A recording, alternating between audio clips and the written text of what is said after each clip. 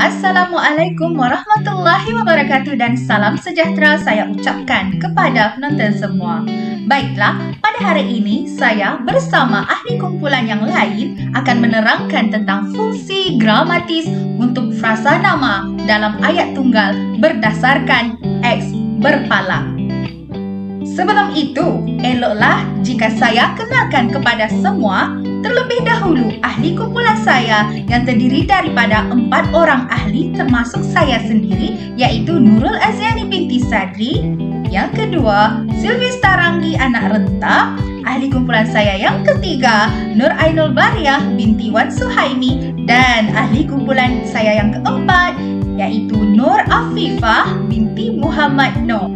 Baiklah, kumpulan kami telah memilih 2 contoh ayat tunggal yang menunjukkan fungsi frasa nama sebagai subjek, predikat, objek, dan unsur dalam frasa keterangan. Ayat berikut ialah Ramnah menaiki bas ke Kuala Lumpur. Berdasarkan rajah pohon X berpalang, Ramnah ialah subjek yang berbentuk frasa nama. Jika kita lihat berdasarkan rajah pohon X berpalang atau X bar, kedudukan subjek adalah di bahagian specifier. Malah, frasa nama iaitu Ramnah sebagai subjek berada di bawah naungan I palang 2. Maka ayat tunggal Ramnah menaiki bas ke Kuala Lumpur telah menunjukkan bahawa Ramnah iaitu frasa nama berfungsi gramatis sebagai subjek dalam ayat tunggal. Frasa nama juga berfungsi sebagai predikat dalam ayat. Sebelum itu, apa itu predikat? Predikat merupakan kumpulan perkataan yang tergolong dalam satu frasa dan menjadi unsur yang menerangkan subjek.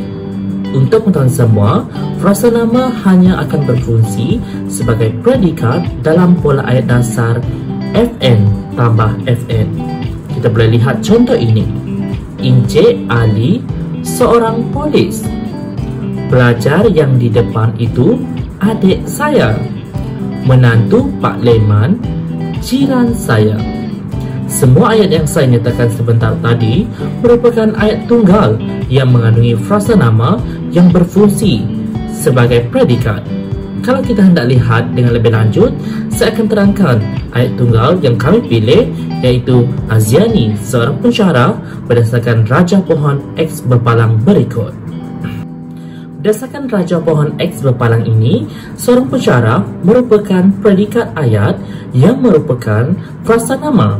Predikat ayat seorang pensyarah adalah frasa nama yang berada di bawah naungan I berpalang 1. Dalam frasa nama juga mengandungi kata bilangan iaitu seorang dan kata nama iaitu pensyarah. Maka ayat tunggal Aziani seorang pensyarah telah menunjukkan bahawa seorang pensyarah ialah frasa nama yang berfungsi sebagai predikat dalam ayat. Fungsi yang seterusnya ialah sebagai objek. Objek merupakan sebahagian daripada predikat yang menjadi penyambut kepada kata kerja aktif transitif. Contoh ayat, Ramnah menaiki bas ke Kuala Lumpur.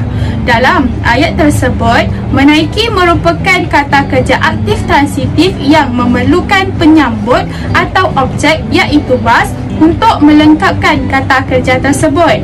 Jika bas ini digugurkan pada ayat tersebut, maka ayat itu tidak akan mempunyai makna yang lengkap. Pendek kata, ketiadaan unsur bas ini akan menyebabkan ayat tersebut tidak gramatis. Dalam kerangka X berpalang, bas ini dinaungi secara langsung oleh K palang 1.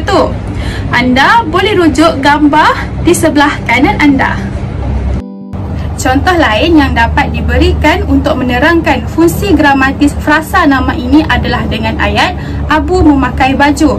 Jika kita menggugurkan baju dalam ayat tersebut, maka ayat itu akan tergantung dan akan menimbulkan tanda tanya seperti memakai apa?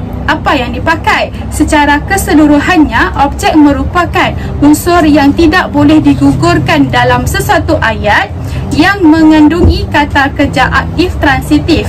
ketiadaan unsur objek ini akan menyebabkan makna sesuatu ayat itu tidak menjadi sempurna. Selain sebagai subjek, predikat dan objek, frasa nama juga berfungsi sebagai unsur dalam frasa keterangan. Hal ini dapat dilihat dalam ayat yang ditunjukkan dalam kerangka X berpalang, iaitu Ramnah menaiki bas ke Kuala Lumpur. Frasa keterangan dalam ayat ini ialah ke Kuala Lumpur. Frasa nama dalam frasa keterangan ini adalah Kuala Lumpur yang dinaungi oleh frasa preposisi palang dua kerana Kuala Lumpur hadir selepas kata preposisi iaitu ke.